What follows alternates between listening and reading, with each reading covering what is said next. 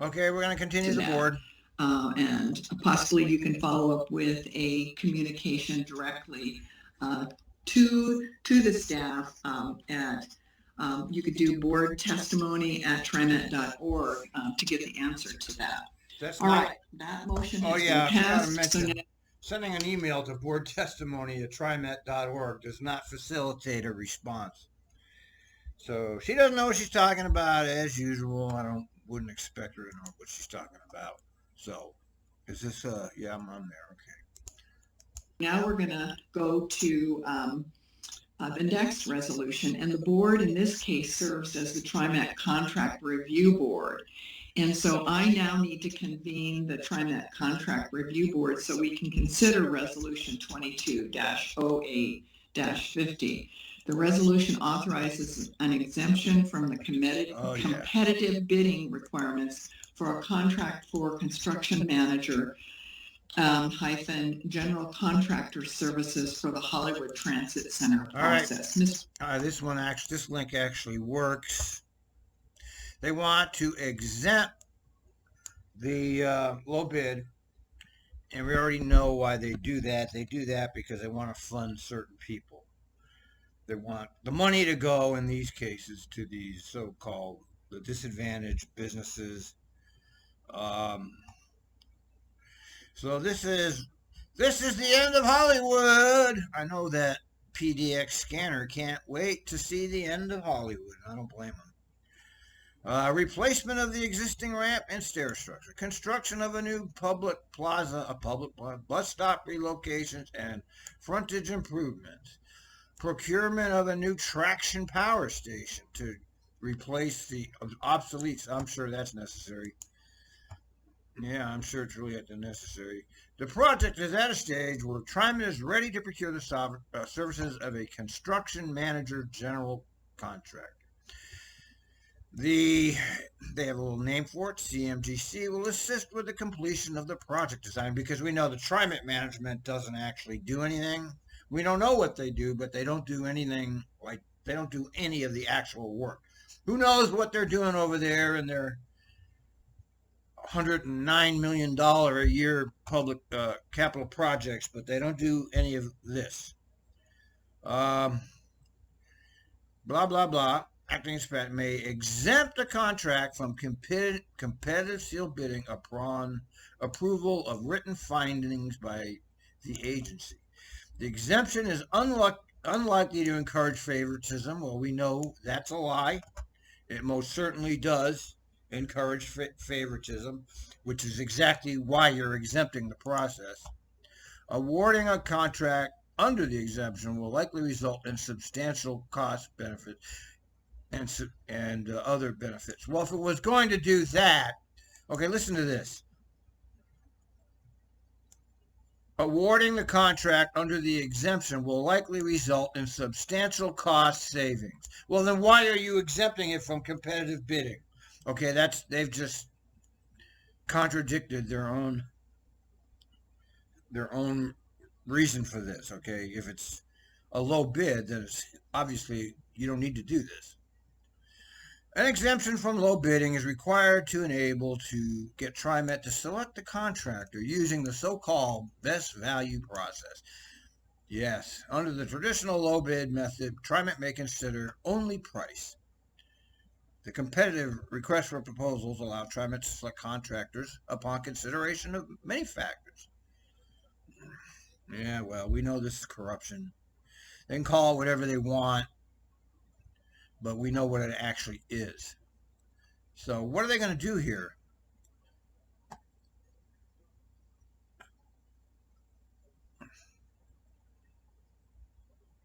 So this isn't actually awarding the contract. So they already know who they want to give the money to. So before they do it, they need to get the board to authorize an exemption before they award the contract, because there's nobody named in the contract. But we already know, because we're not dumb, that they know who they want to hire. We already know that. Okay, let's hear what Sam Demand says. Mr. General Manager, your comments, please. Thanks, President Simmons, members of the board. TriMet requests an exemption from low bidding for the CMGC services, construction management, general contracting services for the Hollywood Transit Center project. This will allow us to select a contractor using a best value practice, which provides for a greater consideration of factors other than price, including workforce diversity. Once identified, that's what it's about. They want to give the contracts to the so-called what's it, ACAB? No, COBID. It's COBID, Certified Minority Business. So this is about making sure a particular class of business gets the money. And they dress it up in all of this other stuff, which is a lie. We know what it is. We're not dumb. We get it. This contractor will be responsible for complex work around the Hollywood Transit Center. There he is. That includes replacement of the existing ramp and stairs, construction of a new plaza, and bus stop relocation, as well as support for activities associated with the housing development plan for the site.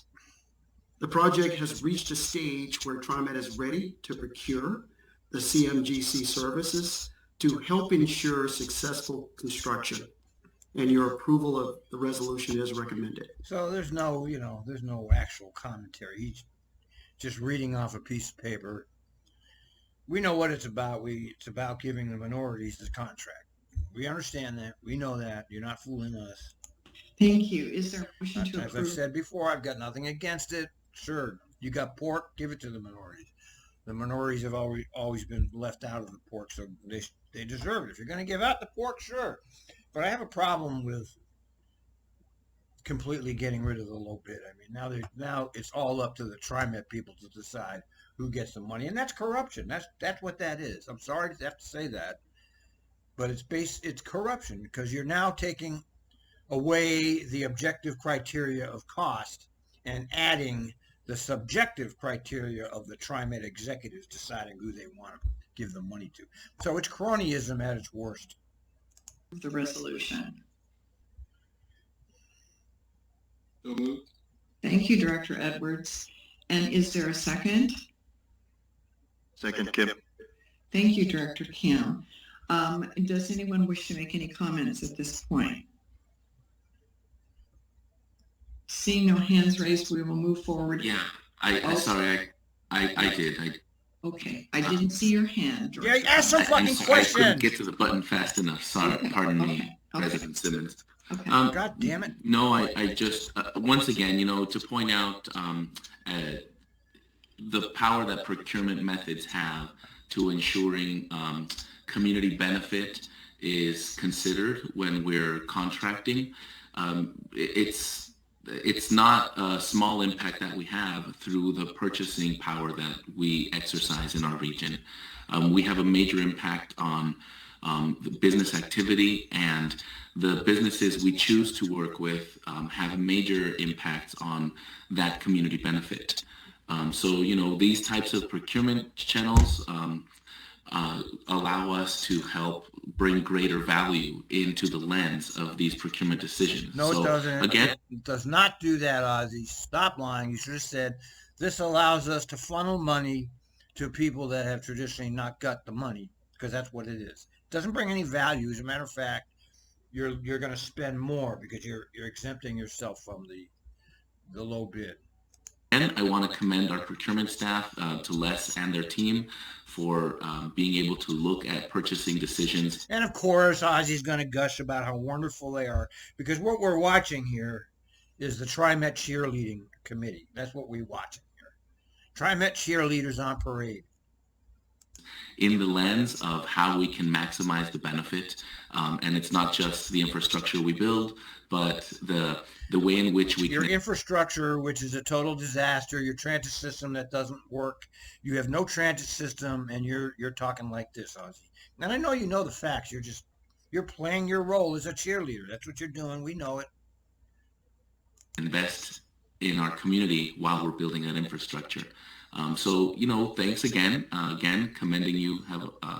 I look forward to seeing the results of this in our contracting and our subcontracting and in our community benefits. So thanks a lot. Yeah, yeah. Thank you, Great Director idea. Gonzalez. Anyone else wish to make a comment? Seeing no hands raised, I will move to the vote. All in favor, please say aye. Aye. Aye. Aye. Any opposed? Motion carried. Or I don't hear any abstentions either. Yeah, okay, what a joke. Before we go, let me this guy here.